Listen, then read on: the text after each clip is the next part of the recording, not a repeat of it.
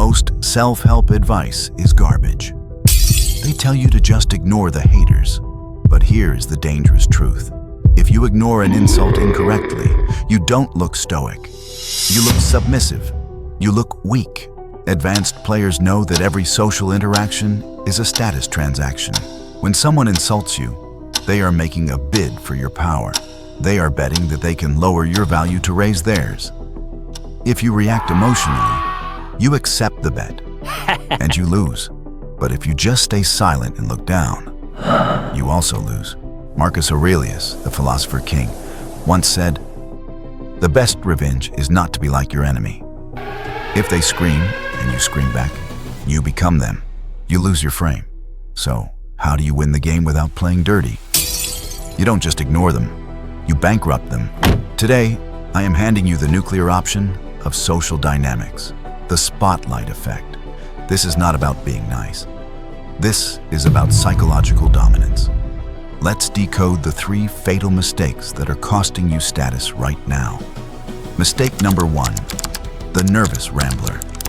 When an insult lands, most people feel a vacuum of silence. It feels heavy. It feels dangerous. And because your brain fears social rejection, it panics.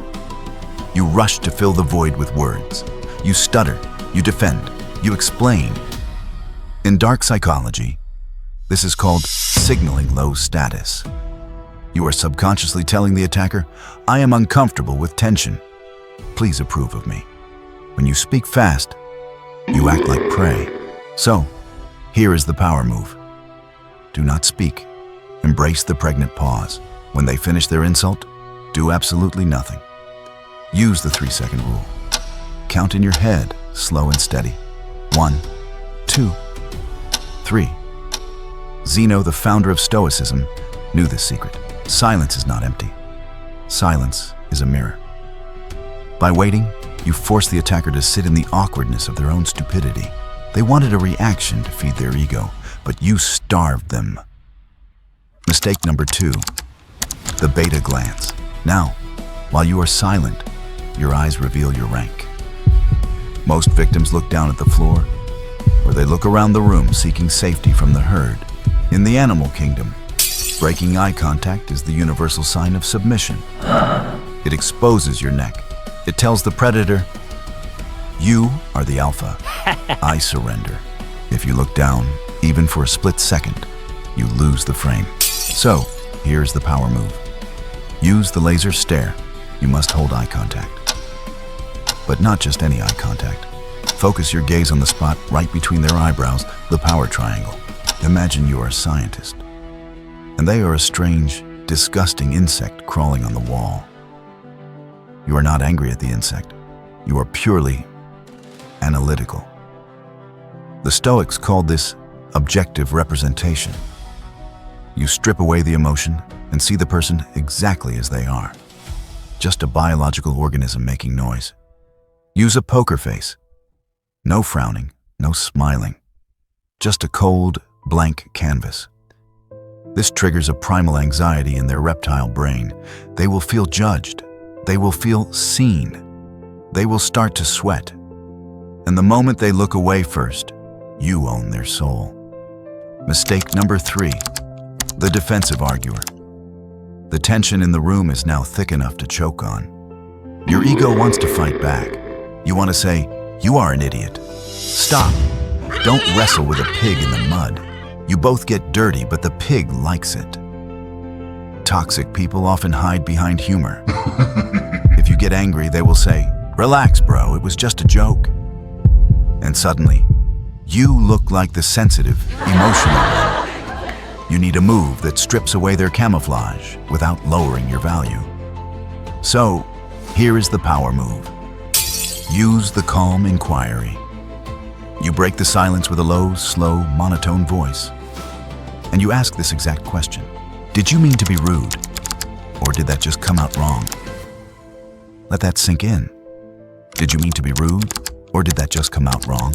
This is a psychological double bind. You trap them in a lose situation. Choice A. They admit they meant to be rude. Now they expose themselves as a jerk to the tribe. Choice B. They say, "I didn't mean it." Now they must apologize and submit to your frame. Either way, you win. Or simply ask, "Are you okay?" This frames their insult as a childish tantrum. You are not offended. You are looking at them like a parent looking at a screaming toddler. It is the ultimate status assertion. Let me tell you a story to make this stick. Imagine you are wearing a clean, expensive white tuxedo walking down the street. You look like James Bond, high status, focused on your mission. Suddenly, you walk past an old, rusty trash can. It is overflowing with rotten food. It smells terrible. The wind is blowing the broken lid, making it bang against the metal. It is loud, smelly, and annoying. Now, do you stop to argue with the trash can? Do you get down on your knees, point your finger at the rusty metal, and scream? How dare you smell like that? Don't you know who I am? Apologize to my nose right now. No, that would be insane. If you fight the trash can, you get dirty. You absorb the smell. And the trash can will still be a trash can. You simply step around it. You hold your breath for a second and keep walking. Disrespectful people are just loud, smelling trash cans. Their insults are the bad smell. Their screaming is the banging lid. Don't open the lid. Don't kick the can. Protect your tuxedo. Step around them and keep moving. As Epictetus taught us, no one can hurt you unless you allow them to. The trash can cannot make you smell unless you choose to hug it. Now, handling disrespect is a superpower.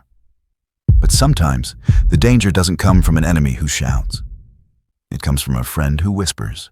There is a specific type of person called a frenemy. They smile to your face, but they are secretly betting against you.